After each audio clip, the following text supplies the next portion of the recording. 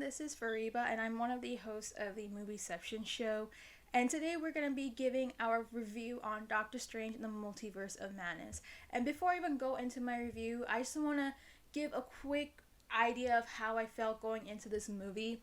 For me, it was one of my most anticipated movies of 2022, if not the most anticipated movie.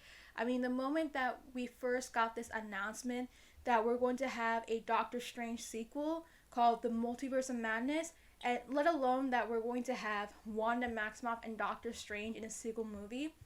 I mean, at that point, I knew that I was completely sold that this is going to be one of the biggest MCU movies I'm going to see ever.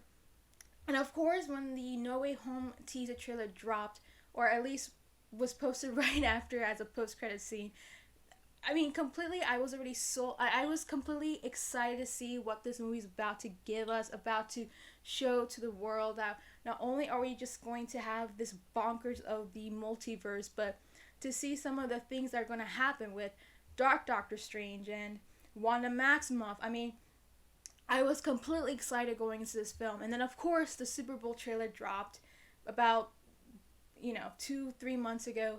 And then we start to really get into the depths of what this movie is going to be. It's going to be even darker. It's going to have this horror-esque essence to it. It's not just that, but we're also having these potential cameos, the Illuminati. And since then, I've been super, super excited to see Multiverse of Madness. I was super hyped. I mean, just going into this movie, I just could not count. Just counting down the days. I just couldn't wait to see the mayhem that I was going to see at the theater, to see what's going to happen with Wanda Maximoff, what's going to happen to Doctor Strange, what is going on with the Illuminati. Got me super excited, and I just could not wait to see what it was going to foretell about the multiverse and the MCU in general.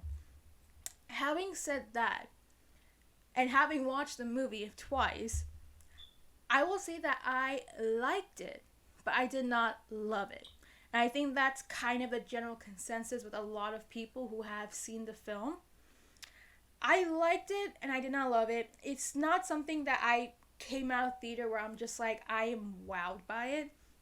I actually went to go see the movie with my friend Marilyn, and I even told her I was just not completely wowed by what I had seen from this movie, considering what they were marketing as one of the most bonkers film, that this is going to blow our minds. I mean, even on John Campia's show, somebody may have told him or something like that it was supposed to be a movie that exceeds the expectations, exceeds the cinematic experience of Endgame, Infinity War, and No Way Home combined. And so I was literally expecting those expectations, that this is going to be a bonkers film, that there's going to be this amazing storytelling going into Multiverse of Madness that will change the course of what will happen in the MCU. But with that being said, there were a lot of flaws for this film, and I think the biggest flaw goes into the storytelling. For instance, when we talk about the multiverse, right? It is a huge entity, but it is so complex. And for me, when I was going into this movie, I was expecting to go into more of the lore of the multiverse. So how does it work? Well, the ramifications. How does it work in between the in between the universe, right? So I was expecting more of the lore of the multiverse. And I mean, granted, this movie is basically the Multiverse of Madness. It does live up to the hype of its name. But the issue is that it's not necessarily the fact that there is multiverse everywhere.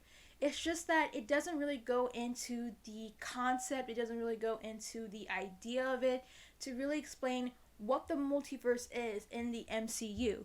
And the biggest problem I'm having with this is that we've had the Loki series. We've heard what the Ancient One has said in the past about the multiverse. There's even rules about the multiverse that we've been told through and through. And yet, when you go into this film, there's just a lot more confusions about the multiverse than I've anticipated. And I felt like just going into the whole deep dive of what the multiverse is, I just felt that it was just a bit underwhelming, that in a movie where it's supposed to be about the multiverse, where we're going into different universes, we're going to different dimensions, we're being introduced to different dimensions. We're not really going into the actual concept of what is this multiverse? How does it function? Why does it work? And so, how does it operate? I felt like that was where I felt I was a bit underwhelmed by. And I think that part of it is because of the weak storytelling. That in all of this, in all of this storytelling that we're given, that it's just not necessarily being consistent with how they're presenting it. It is very weak. I mean, part of that is because the pacing is a bit problematic. Like, we even have a second act where things really just dumb down a little bit, and then it just all of a sudden just picks up out of nowhere. But the overall storytelling I had a bit of an issue with, because it wasn't as interesting as I wanted it to be. And you can tell that it was kind of going all over the place with the whole concept of the multiverse, and just trying to also get into the part about Wanda's arc, trying to get into the part of Doctor Strange's arc, trying to get into Chavez's arc, and then you have this whole multiverse bit. It just felt like there was a lot of inconsistencies throughout the story, that and for me, for someone who really values the storytelling, that really values what is the actual story being presented and the actual product of that's where I felt like it made me a bit disappointed, that given that we've gone in movies like Shang-Chi, that we've gone in TV shows like WandaVision, where we've gotten some of the most deep, in-depth, meaningful story that were presented to us. And even then, in No Way Home, they literally had a story from point A to point B where there isn't a single moment where it wasn't insignificant. Everything was significant. And that's where I think that that's the best part of the storytelling, is that you want to get into the gist, not just the gist, but trying to go from point A to point B, where because you have this, we're going to go here, and we're not going to lose that momentum going through the film. But here I felt like it just was not consistent in that way, where we have a really great opening. I mean, we literally start off with, I believe it's Doctor Strange Supreme, or the one with the ponytail. This really amazing bit, very energized. It literally gets you immersed automatically into this movie, that, oh wow, we're already going right into the stakes of the multiverse. And it's a great way to really start the film. But then as you get more and more and dive more into the movie, it loses its pace. I mean, there's even one sequence where we're kind of getting into just Earth 838, and Doctor Strange and America Chavez, are giving a bit more of their backstories, kind of their motives about everything and whatnot. And that's okay, but it just wasn't working as part of trying to get the story flowing. And that's where it got a bit of, I just felt like it was a bit underwhelming just to see all those parts. Having said that, one of the things that I will give props to in terms of this movie is that they totally overcome what would be the Marvel's villain problem. But I think that that's just because there's a bit of an advantage to how they presented it. Now, of course, in this movie, the villain is Wanda Maximoff, through and through. But unlike most movies where we usually have a villain that is, well, technically speaking, when we go into these movies, and superhero movies in general, there's usually a black and white scenario that, oh, someone's totally good, someone's totally bad. But in this movie, we kind of have a bit more of the grayscale of all things, that Wanda's not necessarily pure evil, right? It's not like she does all this on purpose. I mean, for the most part, she literally was an Avenger. I mean, that's how we were introduced to her in the MCU. Known that she has one of the most tragic character arcs in the MCU. I mean, I think the only person who probably has their run for their money is Thor at this point, who's also been through so much in his life, having lost so many people that he's lost. But with that being said, Wanda has been going through this whole process of grieving, but also at the same time feeling this loneliness inside. And not just loneliness inside, but just being alone for the most part, because there really isn't a lot of people out there to support her. I mean, when we start off with Age of Ultron, right? We already start off with the fact that the first person that she loses is her brother, and that really sets the course of her tragic arc going forward. And then not just that, but Legos happen, and now because of Legos, now she's being blamed for everything, and therefore we're gonna introduce the Sokovia Accords. One, right? And then of course there's people who are afraid of Wanda Maximoff, even though what she does aren't her real intentions. It's not like she does this on purpose. Yet people look at her as a freak, a monster. And it's not like that's not what she wants to be, right? And of course, we see more of her arc. We see her lose vision twice in Infinity War. Once when she tries to destroy the Mind Stone, and then again when he gets reanimated, only for Thanos to kill him again in a more gruesome way right in front of her. I mean, it's really hard to take that in. And then we see in Endgame that the fury that she has from losing the one person that she loved, she induces that into Thanos and almost killed him at an instant. Like, he could have killed him had it not been for the fact that he managed to rain fire on on the battlefield. And of course, really the peak of her arc comes from WandaVision, where she's just in this immense grief that it creates this hex, and she creates these individuals. She imagines herself in a world of a sitcom because this is the only way for her to ease her pain, to ease her suffering that she's gone through her whole life. All this tragedy that she's been through. She brings back Vision. She brings in her twins, only to once again give all that up because she realizes that in the end, there's people who are suffering because of what she wants, because of her grief, because of her mourning. And she gives all that up once again. And here we have people who still consider her a freak. They are not forgiving her for what had happened. And just before we end off WandaVision, we see that she lives in a secluded area, in an area who knows what, but only to be corrupted by the dark hold. And that's where we are in this movie, where we kind of already have the gist of what her story arc is. And that is that she is dealing with all this warts, she's dealing with all this anger, and now she's motivated to have her kids back. But the only reason why she's having these thoughts is because she is corrupted by the dark hold. Yet, it's not really just a dark hold, but also this is also part of Wanda, where she wants something. She wants to stop this suffering. She wants to stop this mourning. She doesn't want to deal with the pain and loss again. And she thinks that the twins are the only way for her to finally ease all of that. And that's where we really get into the story, where she is the villain.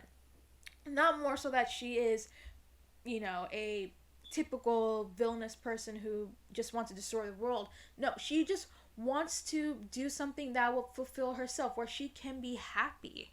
And I really, really enjoyed that part of the arc. I mean, Elizabeth Olsen, just wow. If there's one thing out of this movie where you can truly appreciate, is the incredible performance by Elizabeth Olsen. She literally puts all into this film to really portray who Wanda Maximoff is, to portray her tragedy, to portray her worth, to portray the emotions, and she gives such a visceral performance that you start to realize, like, you start to sympathize in a way with Wanda, even though she literally is killing everyone. And let alone, let's just say, holy crap, does she show herself as the powerful, I mean, I don't want to say super, because in this movie she's a villain, but the most powerful individual in this film, where she can single-handedly and gruesomely kill anybody coming in her way. I mean,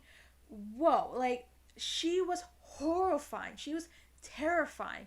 That, holy hell, you are just losing your minds knowing that, wow, this is the Wanda Maximoff that we knew from Age of Ultron, and here she is now, where she has this villainous arc, not more so because she's a pure villain, but more so because she has a motive. She's in so much pain. She wants her kids back, and that's where we have all this madness and mayhem. And that's just one thing I really enjoyed about that part of the arc. So that Wanda really had one of the most powerful arcs going into this film. It really also kind of, I wouldn't want to say fixed, but it also overcomes some of the issues with regards to the MCU having this villain problem. But again, just because there has been this ongoing arc with Wanda, there is a bit of an advantage for this film to really dive deep into Wanda's arc in a way that we get that emotion, that we get this deeper meaning, where we finally see this growth for her, where she goes from this really villainous person who really has this strong motive to kill anybody who gets in her way, to finally realizing once again that she's made another major mistake and she now wants to fix it. And I truly did love that. And I think that that's one of the strongest suits with this film, is that they really do an amazing job trying to develop who Wanda Maximoff is, her capabilities, the fact that she's no nonsense type of villain in this film, that she will kill anybody. And not so just that, but she is horrifying. She was terrifying.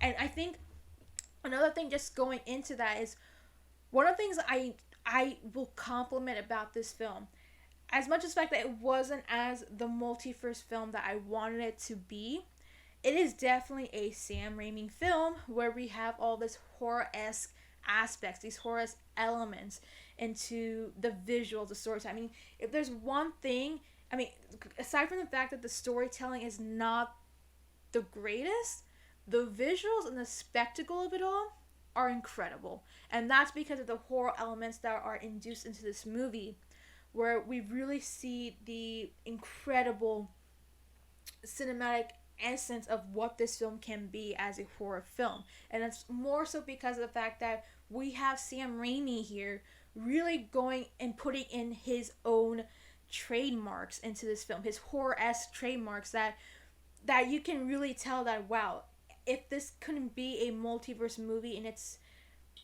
greatness of it could have been, it's at least a very phenomenal horror-esque superhero movie that we have, where it does not hold back on the horror factor.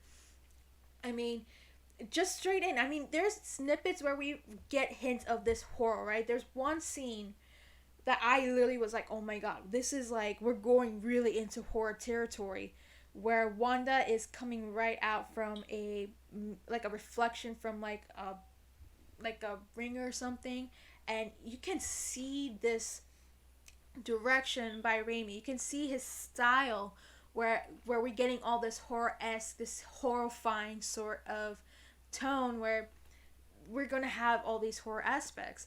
And then moving into the film, like diving more into as the film progresses, we start to see more of that horror factor, right? Especially as we get into the Illuminati scene, and I'm about to get into the Illuminati in a second, but as we get into the Illuminati scene, holy hell, the way that she literally obliterates the Illuminati just like that, to show that, again, she's not just the most powerful, but she's one of the most horrifying individuals in this film. Like, she was not taken aback for the fact that she is a villain in this film, that she is a big threat, and that just shows the stakes of what this film was trying to pursue. Now, having said that, now that we kind of go into the Illuminati, one of the things that I know there's a lot of mixed reactions regarding about the Illuminati. So yes, a bit of a spoiler we're going into is the Illuminati. So yes, the Illuminati are in this movie, and well, let's just say it was in my theater. I want to say that there was a pretty good reaction, probably not as strong a reaction, and I mentioned the Illuminati since we're kind of getting more into that aspect. So of course, the biggest surprise is the Illuminati sequence, and that's where we get most of the big surprise cameos. And I know that going into this film, there has been hints here and there that Professor X is going to be in this film. That means that, which kind of raises the question about the mutants. And then we've gotten snippets about Captain Britain, who if you have seen the What If series, that's kind of where a lot of her story kind of seems to stem from, although they don't necessarily indicate that that's where her story's from, but I'm assuming that's where it kind of gets a gist from. And then we've also gotten snippets of Captain Marvel, but not the Carol Danvers version. And we've been speculating that it's probably going to be Maria Rambeau, which in the end ended up being her. So now, going to the Illuminati sequence, one of the biggest surprise, I mean, I didn't instantly recognize this. I didn't instantly register this when I was watching this in the theater. But one of the members was Black Bolt, which is basically a character from the Inhuman series, the series that a lot of people didn't really watch because, I mean, let's be honest, I think for the longest time, or we kind of got that feeling that Marvel Studios wanted to do nothing with the Inhumans. So it was a bit of surprise to see Black Bolt appear in this film. I mean, I don't think any of us actually anticipated him to be in this film, but I also do love the fact that he is a bit more comic accurate. So that was a bit of a fun thing going on, and of course, you know, his brutal death, like, holy hell. And of course, the biggest surprise, of course, was seeing John Kranziski as Reed Richards / Mr. Fantastic. I mean, who would have thought that, right? I mean, I point blank said that if there's going to be Mr. Fantastic, we're going to see the John Kranziski version. Like, it just gives you that sense that, like, Marvel's listening to you. And in my theater, of course, the biggest applause was, of course, the Reed Richards revelation, and that too because it was John Kranziski. Now, having said that, while it was nice seeing the Illuminati, I do agree that in some sense that bringing in the Illuminati just for the film kind of felt like, I don't want to say a gimmick, but it didn't really do much in terms of the storytelling, right? Everything that Reed Richards was trying to explain about the incursion, I feel like could have actually been explained by the characters who actually already exist in the universe, right? We actually got a Christine Palmer 838 who is an expert at the multiverse. She could have easily, you know, spurted all those lines that Reed Richards was telling Doctor Strange about, and that would have just done it, right? And of course, I mean, just bringing the Illuminati kind of felt more like, oh, it's just fan service, more so than actually contributing much to the story. I mean, in one sense, it does illustrate the whole scene between the Illuminati versus Wanda, where we see Wanda single-handedly killing all the Illuminati members except for Mordor, of course, but just showing her capabilities that, holy shit, she is so angry, she's so hungry to have America Chavez so that she can fulfill her objection, which is to be with her twins, and she'll do anything that she can to really trying to basically fulfill her mission. And if it meant killing the Illuminati, it's not a second thought for that. And just to see how she single-handedly and brutally killed every single member except for Mordor, I mean, it worked in that sense to show the horror-esque elements, and I do love that. I mean, not love that Illuminati were killed like that, but just to kind of show the strength, just to show the vigor that Wanda Maximoff has. I mean, it works in that essence.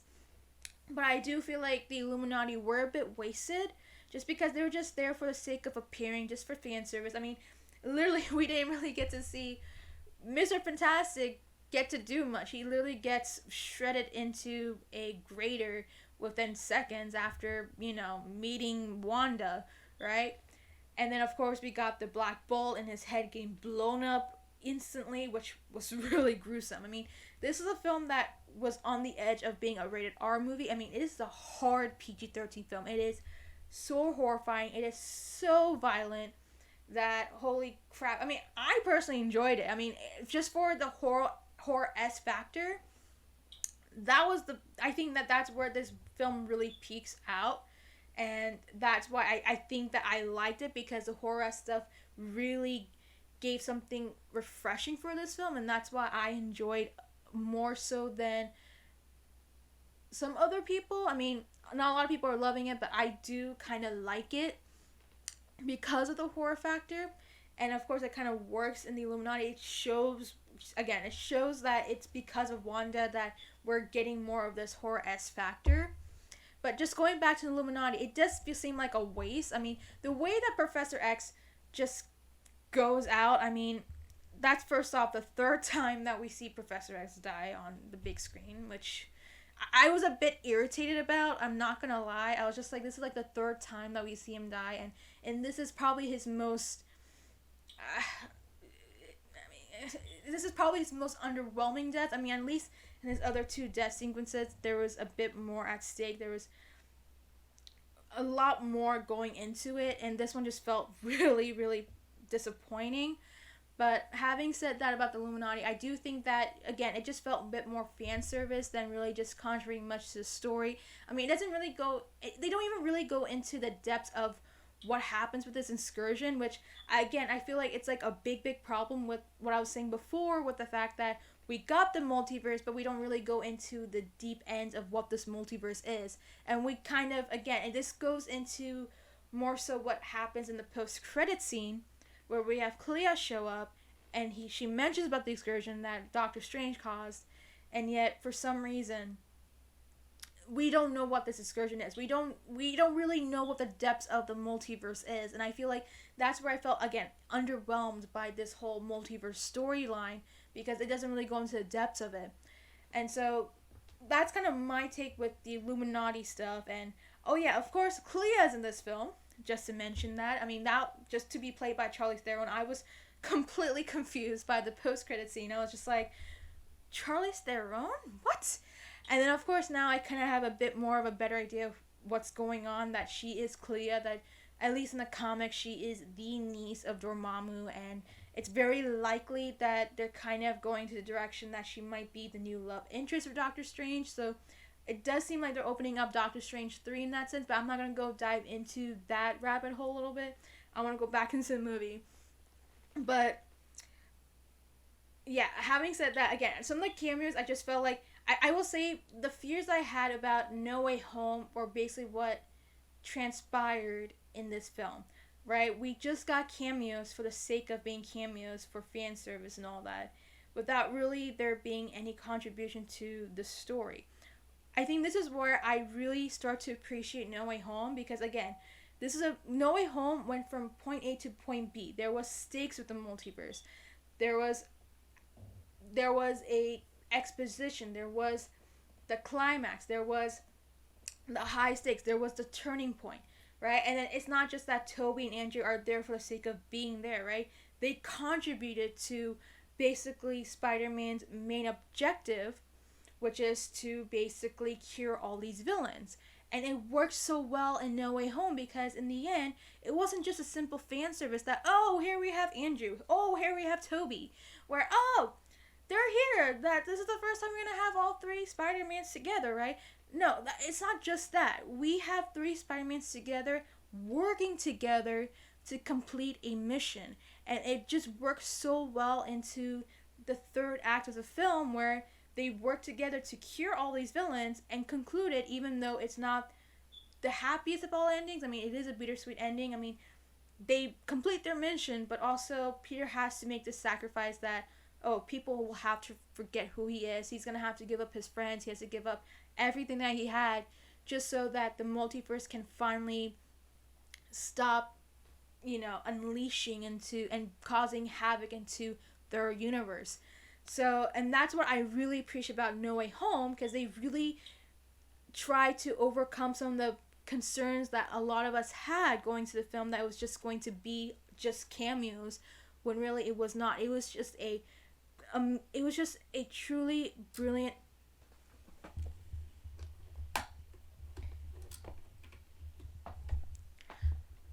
going into Spider-Man No Way Home. We were really going to Spider-Man No Way Home, we were truly going into the deep ends of what was going on with the story, the mission, that this is what Spider-Man's going to be from point A, from point B.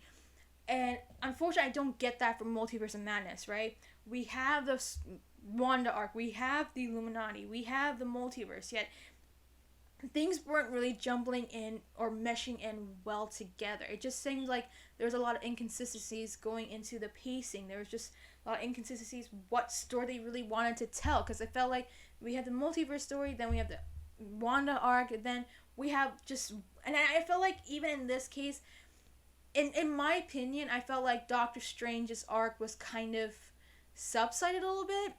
Like, even though this is a movie about Doctor Strange, I felt like it was less about Doctor Strange than I wanted it to be. And that's where I kind of felt like I was a bit overwhelmed, not overwhelmed, underwhelmed. Because for a movie that is about Doctor Strange, yes, we do have multiple variants of Doctor Strange. We see, like, I think about 5, right? I mean, this is technically everything Doctor Strange that we have. With that being said, I felt like because of the whole Wanda arc, we didn't really get to see the best of Doctor Strange in this film. And again, that could just be because of the fact that he's not Strange, he's not, the Sorcerer Supreme and whatnot. I mean, that's technically reserved for Wong. But even with that being said, I felt like I really didn't get to see the best of Doctor Strange. I mean, he kind of was just there. He didn't really get to have this epic battle with Wanda. I mean, I know it's kind of going more into just fandom, fan service and whatnot, but I just felt like he kind of just wasn't as fully fleshed as I wanted him to be in this film. Yes, I think one thing that they do kind of fix is his whole arc with Christine, because I feel like that was a bit necessary. I mean, she's introduced in the first Doctor Strange movie. She is the love interest in that movie at least, but then we never really, go back to what happened with that whole relationship. Like, after I think right after Infinity War, we don't really know what happened. And of course, this film really kind of explains what happened between Doctor Strange and Christine. And it's kind of interesting that they delve more into this thought about what's going, like, this whole conflict that Doctor Strange is going through with regards to Christine, that he truly did love her, but he couldn't really be in a relationship with her because of all the stakes that are happening. Because of all the stakes of him being a sorcerer, that he is kind of a superhero now, that the last thing that he wants is to put someone that he loves in jeopardy. And he even says that he is scared, which again I really appreciate, at least in one aspect. Like, even if the main storyline for Doctor Strange wasn't as fully fleshed, some of the subplots really do kind of get, like, they do get a bit of a resolution. There are resolved matters to them, especially the Christine and Doctor Strange storyline. I feel like that really kind of at least ease some of the mysteries with what's going on with them, but also kind of bringing this conclusion that, well, here's Christine, a different version of course, and here is Doctor Strange finally kind of expressing his feelings about it. And I will say in one case that this really I think the Multiverse of Madness does a great job trying to fix a lot of that issues from the first movie, where the love interest just there for sake of being love interest, where in this film, like, it contributes to Strange's arc in a way to kind of make him a bit more involved, to show this growth within him, that even though he is a superhero, he's also in some ways a human as well, that he has this human quality to him, that he can love but also he can be scared. And that's something that I really did appreciate a little bit with Doctor Strange, but I wish that in all of that they kind of also show a bit more of the full-fledged arc of Doctor Strange in the sense of who he is as the Sorcerer Supreme. Well, not the Sorcerer Supreme, because he's not Sorcerer Supreme, but just a wizard in general, right? So, that's basically all I have to say about that. And again, I think one of the biggest issues I had, just again, like, I mean, it starts off really well. The moment you start this movie, it's just it piques your interest, right? You're like, oh my god, the stakes are high, through and through, right? But then again, we have this issue with the pacing, that the whole storyline kind of dumbs down a little bit. And then as we get into more of the final arc, I think that things kind of aren't as enhanced, aren't as elevated as I wanted it to be. Like, again, with the whole zombie Strange just being there, and then we don't really get this, like, full-fledged battle. I mean, I will say, for one thing, to see the scene between the main Wanda and then the Wanda from 838, that scene definitely brings you a lot of emotions. I will say that for sure. It's quite an incredible dynamic, incredibly emotional scene. that we have between the two Wandas. And again, that I feel like that was done very well. I mean, the chills that you get just seeing that scene.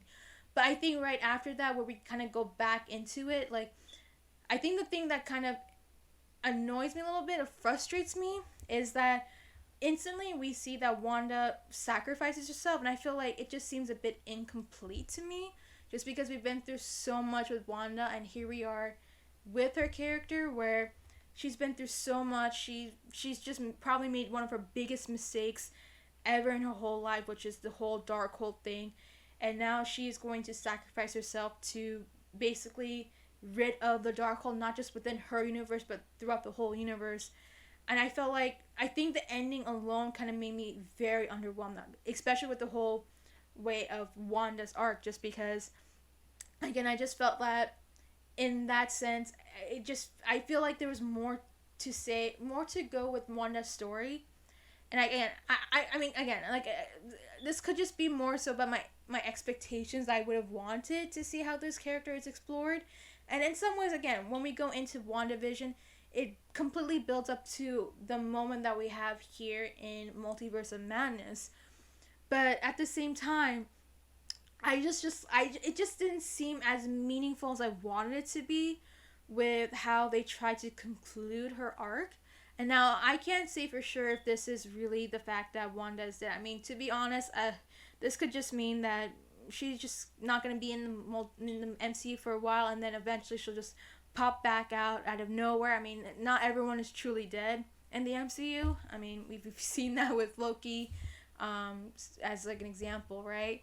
So, but that's kind of where I felt a bit underwhelmed, where we have this whole spectacle of this multiverse, that we have so much at stake, and yet we don't really dive into the actual depths of the multiverse. And then we kind of have this incredible arc of Wanda Maximoff, yet by the end, it just seemed that her actual conclusion to her arc just seemed a bit underwhelming. At least in my opinion, it was a bit underwhelming. And I think the same can go for Doctor Strange, where I just felt like his overall arc, as much as the fact that there is this whole, like, oh, we have Doctor Strange, we're learning about the fact that, oh, most variants of Doctor Strange happen to be evil, happen to be dark, happen to be collateral damage in a sense, right?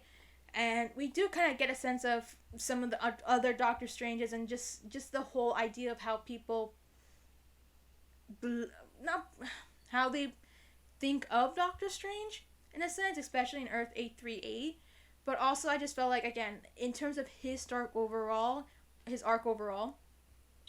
that there wasn't really a lot of growth that I wanted there to be, right? And so that's where I just felt like the whole storytelling was very underwhelming, very, very weak, just because there just wasn't a consistency with everything that was going on with that, especially with, again, the whole Illuminati sequence. Great, fun, but wasn't exactly necessary. So, yeah, that's really all I have to say about that. I mean, again, one of the things I did truly enjoy was the horror S factor. I think, again, that's a refreshing way to kind of narrate a story, especially a superhero story, in the MCU. It just works really well. I think in some ways that kind of saves the movie a little bit, in my opinion. I think that really is what kept me interested.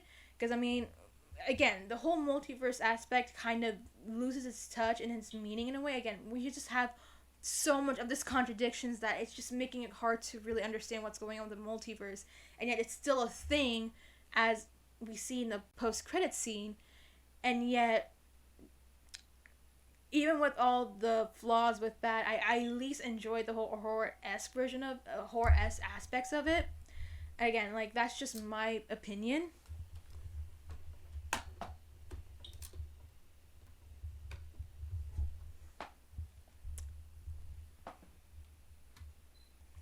But yeah, that's just my opinion about it. So yeah, but yeah, for me overall, I liked it. I enjoyed it for what it was able to give as a unique story, as a unique film that really goes into the horror factors of a superhero movie. I think the performances are amazing. I mean, again, Elizabeth Olsen really delivers in this film with all the emotion, the gravitas, everything. Like, she was definitely the star of the show, and she really kind of shows the almighty of what a villain can be. And again, and I mean, even this film, I don't even think that's the I don't even think that's the strongest one of we've seen. And that, again, she just really nails it with this role. It's just incredible. Again, she's horrifying, she's terrifying, she's scary. She really nails everything with that, and not just that, but also emotional. Loved it. And even with the fact that Doctor Strange's arc is not it's not as fully fleshed as I want it to be. I mean, Benedict Cumberbatch and, I'm gonna mess up her name, Social Gomez, really has a great dynamic in this movie. I mean, I think that's another great thing that I at least enjoyed, was that with the relationship that they have, it just does carry on very well, like a master and a mentor in a sense. You know, I really, or mentor mentee type.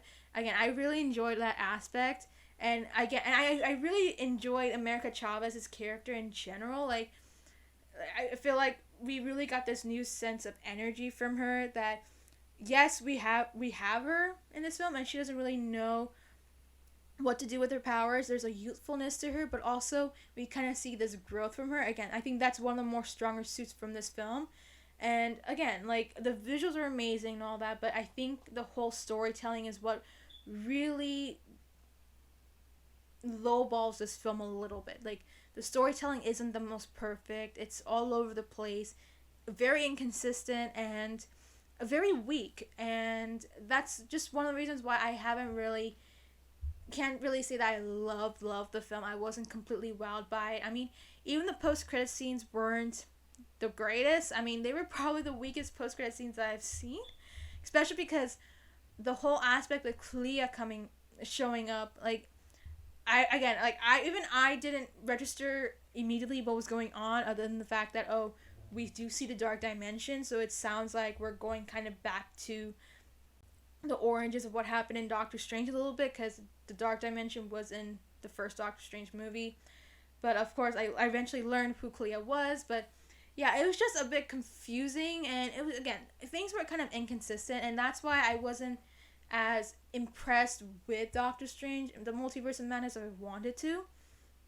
But yeah, I mean, that's really all I have to say about the movie in general. Again, I liked it. I wasn't wowed by it. I just wish that more could have happened. More could have been done in terms of the storytelling in general. But yeah, that's all I really have to say about this movie. I mean, hopefully I can bring in Marilyn to go more into the more just dissecting more of what we saw happen in the film, and then see how this reflects onto the MCU. But that's all I really have to say about Doctor Strange and the Multiverse of Madness. This is my review on it. If I really had to kind of give like a rating for it, I'll probably give it like a 3 out of 5. It'll probably be like a mid 3 out of 5. Again, I just wasn't wowed by it, but there are certainly things that I did enjoy in terms of like the style, from just a Raimi style, the horror stuff, some of the arcs that really did work well, and the emotional undertone for this film, like, it does really carry the film a little bit, aside from the fact that there are some issues with the whole Illuminati stuff and the storytelling. But that's all I really have to say about this movie. So let me know what you think. Did you like it? Did you love it? Did you not like it? Let us know what you think. And yeah, that's all I have to say. Thanks.